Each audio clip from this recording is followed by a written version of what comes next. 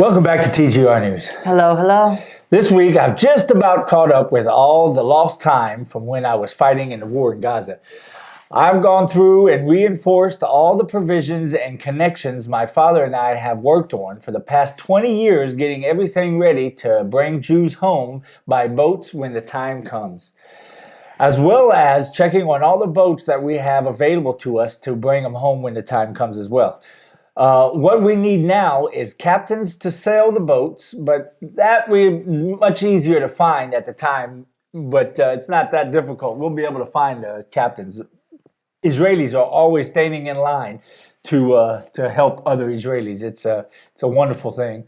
What is also needed is to acquire and maintain all the safety and communication equipment, as well as the resources to repair them and make the boats seaworthy before the trips. Plus, let's not forget the fuel, food, money for paperwork, transporting large amount of people overseas. That's also good. Always have to have all that. This is just some of the responsibilities for this ministry that I've been working on since I got back. Just wanted to keep you guys up to date because all of this is possible because of your support you guys have given for so many years, all these past years, supporting this part of the ministry, bringing Jews home from the Mediterranean countries when the time comes, when no flights and nothing else is going to be able to come home. So thank you.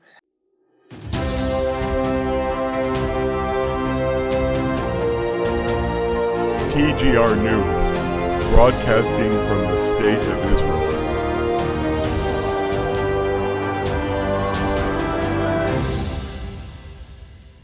Let's say thank you for making a difference in the statistics that 1 out of 3 kids go to bed hungry.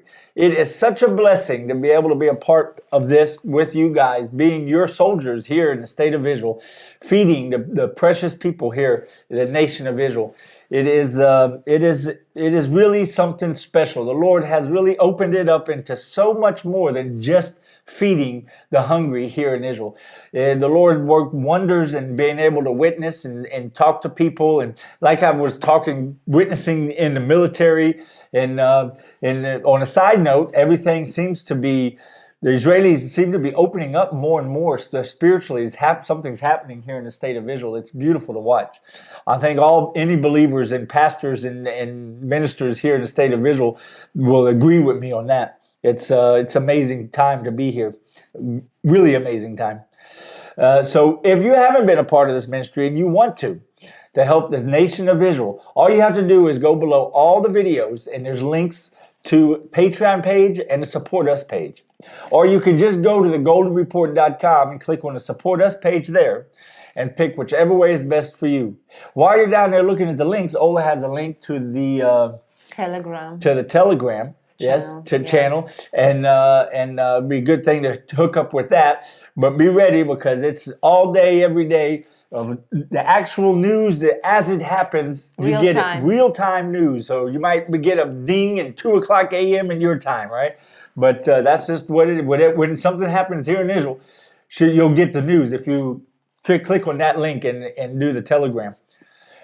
Well, that was a long one, but like I said, I think they needed all the information of what's going on since the past 4 months. I've been incognito in Gaza. Yeah. So it's let you know that all the ministry is still going strong. Everything's good. Working on all aspects all the time. Praise the Lord. It's, once again, all because of you guys. Yeah. Well, let's get started. Yeah, let's do it. This past Sunday, the same protesters that were protesting before the 7th of October are back and now protesting again in the streets of Tel Aviv. Last time they were protesting for the stopping of the judicial reform, and this time they are calling for Netanyahu to leave the prime minister office and go back to another elections. If they are successful, that would be the 6th election since the last time we've had a government able to finish a full term of 4 years. Benjamin Netanyahu, Prime Minister Netanyahu, he addressed the nation just yesterday and talked about if these protesters will be able, and the left-wing opposition would be able to bring the country to elections, how horrible that would be right now. That it would put the war to an end. We would not be able to continue because when the government goes to elections, they can't make these kind of decisions They're not, they have to, everything is frozen, stopped until the election is over. Once the election gets started, right? Yeah, it's basically lost in the war. Yes. We're gonna be losing. So it's ridiculous. Yeah, but at least finally they say the real goal. It's not about the reform. Yes. It's not about I the was going to say corona. that. I forgot to say that. That's right. It's at least, that's the only thing good I saw out of it too. Exactly what you just said. It's a very They're truthful. great minds think alike. Because it was the same thing they wanted last time. They just hid it in lies and called it judicial reform is what they had the problem with. Now at least they're being honest. Let's get rid of Bibi, right? Yeah, it's important also to separate the families of the hostages from the leftist protester, which was the last time protesting against the reform. Yeah. The very violent protester, they actually don't have any connections to the hostages. Yeah. They just Yeah, it ride. has nothing to do with that. Yeah, Nothing to do. yeah. So on Sunday, the Israeli government and Hamas began talks of another deal to get some more of the hostages back. Hamas was demanding to bring back 1.1 million civilians, Gazan civilians, to the north of Gaza, and for the IDF to completely pull out. Of course, this is something that we cannot do, and Hamas know that.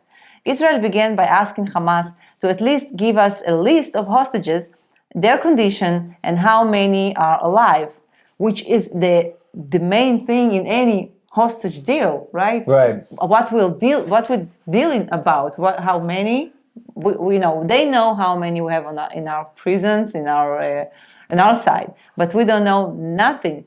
We suspect, but we don't know exactly the list of the hostages, where they held, like you have like 7 different terrorist organizations. Right. You have civilians. You have civilians. So, and who is alive, who is injured, who is unfortunately dead. Yeah. It's but we are talking again now. That's the biggest thing this week probably is, it looks like hostages might be coming home.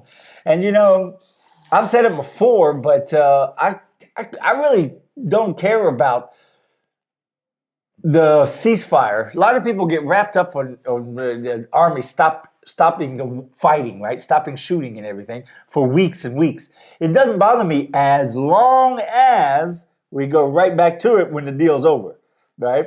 It's not end of the war because you finally decided to give us hostages back. No. It's ceasefire for now to get some hostages back, right? Yeah. I don't have a problem with that. On Monday, Israel sent 2 drones to take out high-ranking Hezbollah commander in Lebanon. Hezbollah was able to shoot down one of our drones for the first time. They always tried, but this was the first time they were successful.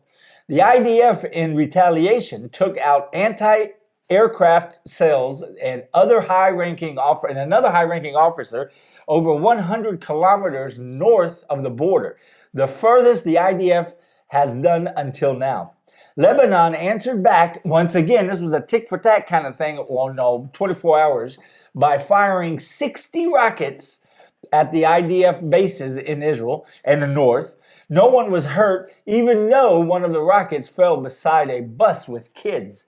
And it was just a miracle no one got hurt. Yeah.